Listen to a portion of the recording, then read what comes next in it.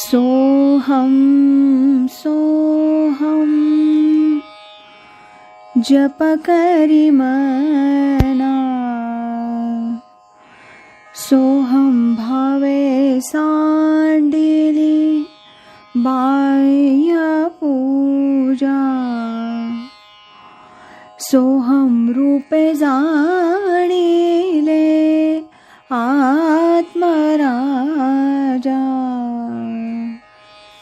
सोहम शब्दे देखिले त्या गुरुसी, सोहम तत्वे तारितो जो दीनासी.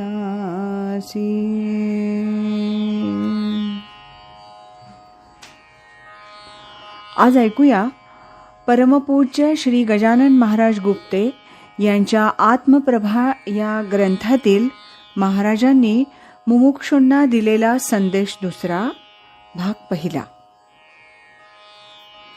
सोहम सोहम जप करी मना, सोहम भावे सांडिली बाह्य पूजा, सोहम रूपे जाणिले आत्मराजा, सोहम शब्दे देखिले त्या गुरुसी, सोहम तत्वे तारितो जो दीनासी.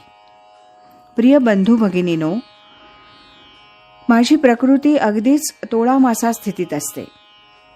अशा स्थितीत इतरांशी बोलणं सुद्धा मला कठीण जातं. मग लिहिण्याची गोष्ट तर दूरच, परंतु अव्यक्ताचाच हा विविध स्वरूपाचा व्यक्त पसारा पाहून मन आनंदानं भरून येतं.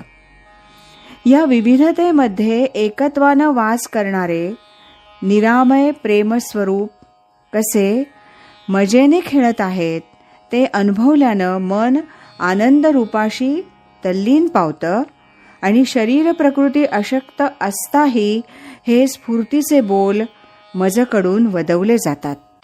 वस्तुवस्तूतील अखंड एकसूत्रत्वानं वास करणारी ही चित शक्तीच या सर्व लेखनास कारणीभूत आहे.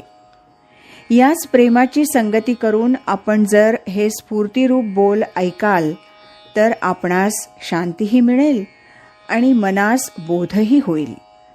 सर्वांच्याच मनातून मीच खेळत आहे आणि त्या व्यापक मीच्या स्वरूप अनुभवानंतरच हे विचार प्रकट होत आहेत.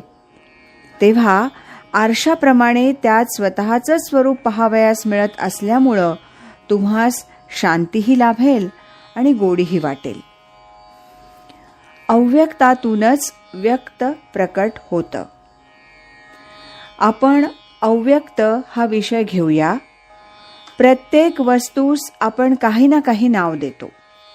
वस्तुमात्रांचे निदर्शक असं नामाभिमान वापरण्याची ही जरुरी संत, पंडित, अगर सामान्य मनुष्य या सर्वांस सारख्याच प्रमाणात भासत असते.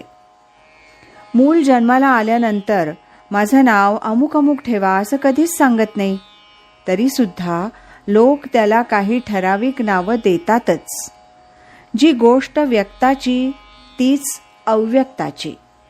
या अव्यक्तापासून एक मूल निर्माण झालं आणि संतांनी त्याला माया असं नाव ठेवलं.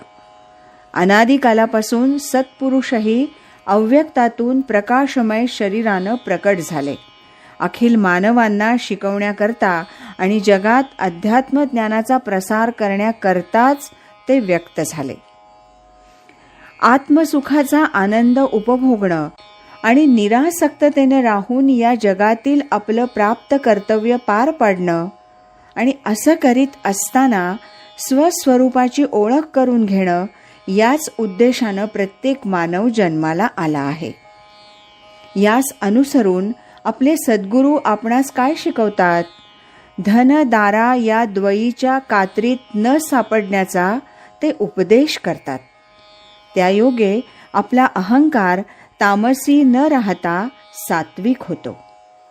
या तामसी अहंकारामुळेच हे जग दुःखमय वाटतं.